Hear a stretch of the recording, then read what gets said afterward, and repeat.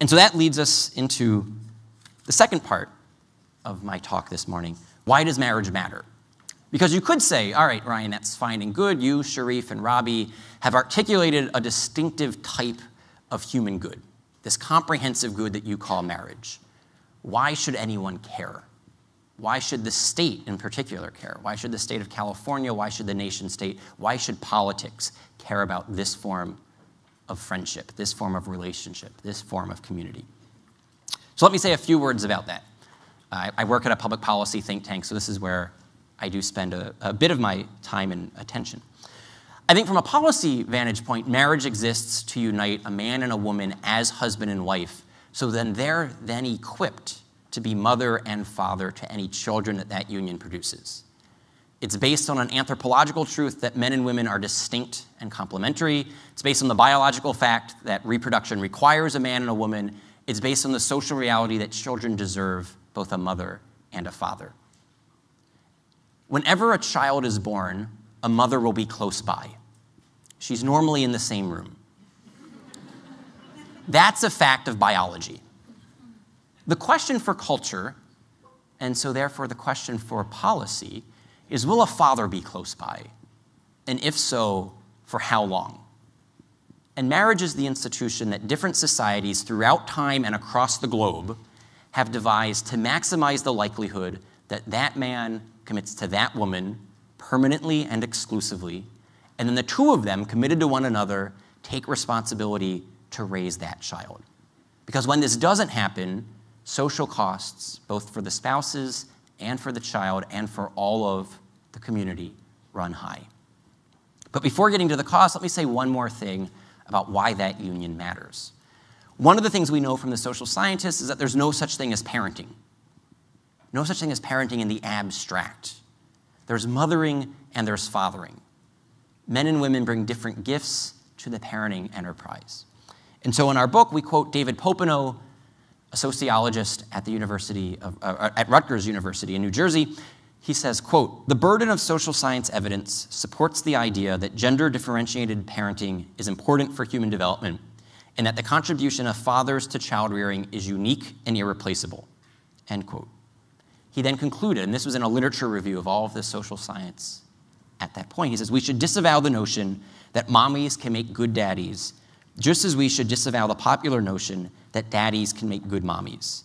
The two sexes are different to the core, and each is necessary culturally and biologically for the optimal development of a human being," end quote.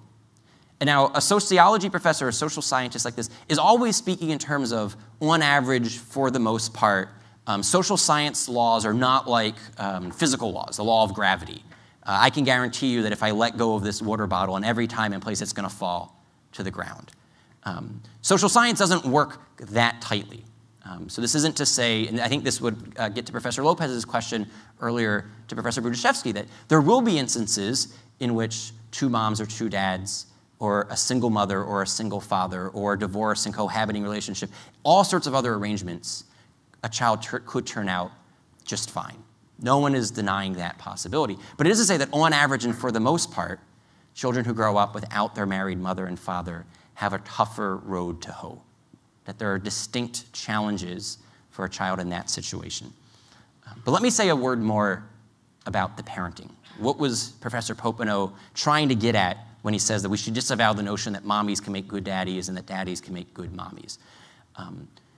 Let's do this with a thought experiment. If I told you it's Saturday morning, and instead of being at an academic conference at Stanford, a 5-year-old boy is at home in the living room wrestling with one of his parents.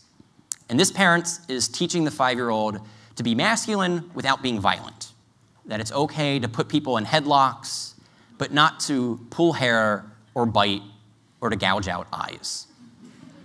Which parent is most likely, on average and for the most part, in the living room? Yeah, the laughter suggests that you know where I'm going with this. On average and for the most part, that's going to be the father. And it's not because we have a gender stereotype in which only fathers can wrestle on living room floors. It's because this is what comes naturally to dads. It's something that on average and for the most part, fathers enjoy doing with their 5-year-old sons in a way that mothers don't. And it's not to say that mothers can't wrestle on living room floors, but it's that on average and for the most part, they'd rather not. In the same way that you could see that it's normally the father that's throwing the baby up in the air, while the mother is saying, honey, not so high. And I think this gets at exactly what Professor Budiszewski said. Mothers tend to be the more nurturing, the more protecting, the caregiving relationship in the marital relationship. The mother tends to be that more nurturing one. And it's not to say that fathers can't be nurturing, but men tend not to be very sensitive. On average, and for the most part, that's the way these things break down. So then, if that's the kind of thought experiment about Saturday morning on the living room floor, we can step back and just analyze the social science. What we know from the social science is that Saturday morning wrestling session, and then 5 years later, playing catch in the backyard, and then 5 years after that, discussing how to go to your first high school dance, that matters. And the father is doing something for his son. Because boys who grow up without their fathers, much more likely to commit crime and to end up in jail. What's taking place with the father wrestling on the living room floor with his son is exactly channeling of those masculine aggressions that sometimes can take a destructive turn. If you don't learn how to be physical without biting and pulling hair and eye gouging when you're 5, when you're 15, those same temptations might take you in a direction that ends up being criminal. And that's one of the things that fathers distinctively do for their boys. Now, fathers do something distinctive and complementary for their daughters. It tends to be the father who scares away the bad boyfriend. And this isn't because mothers can't scare away bad boyfriends, but it's because the father tends to be a little bit larger than the mother. His voice tends to be a little bit deeper than the mother's. And he also was once a boy himself, and he knows what the wrong sort of young man might be looking for in his daughter. And so he tends to be a little more sensitive about not letting his daughter go out with the wrong sort of boy. And like Professor Budiszewski mentioned, the father who's married to his daughter's mother is also modeling what a good male-female relationship looks like. And so he's modeling for his daughter what she should be looking for in the right sort of boyfriend who could become the right sort of husband. That's one of the things that a father who is married to his daughter's mother does for his daughter. So then when we take a step back and we look at the social science, girls who grow up without their fathers are more likely to suffer or to experience an out-of-wedlock pregnancy. Because that father is the one who's more often than not policing her sexual relationships. So you could say that's fine and good. You've given us these thought experiments and you've told us a little bit about the consequences. Do you have any hard data? Let me read you a quote and then I'll ask you to tell me who spoke this quote. Quote, "We know the statistics that children who grow up without a father are 5 times more likely to live in poverty and to commit crime, 9 times more likely to drop out of school, and 20 times more likely to end up in prison. They are more likely to have behavioral problems or run away from home or become teenage parents themselves. And the foundations of our community are weaker because of it." End quote. Who spoke that? President Obama. Piers Morgan was a good second guess. President Obama.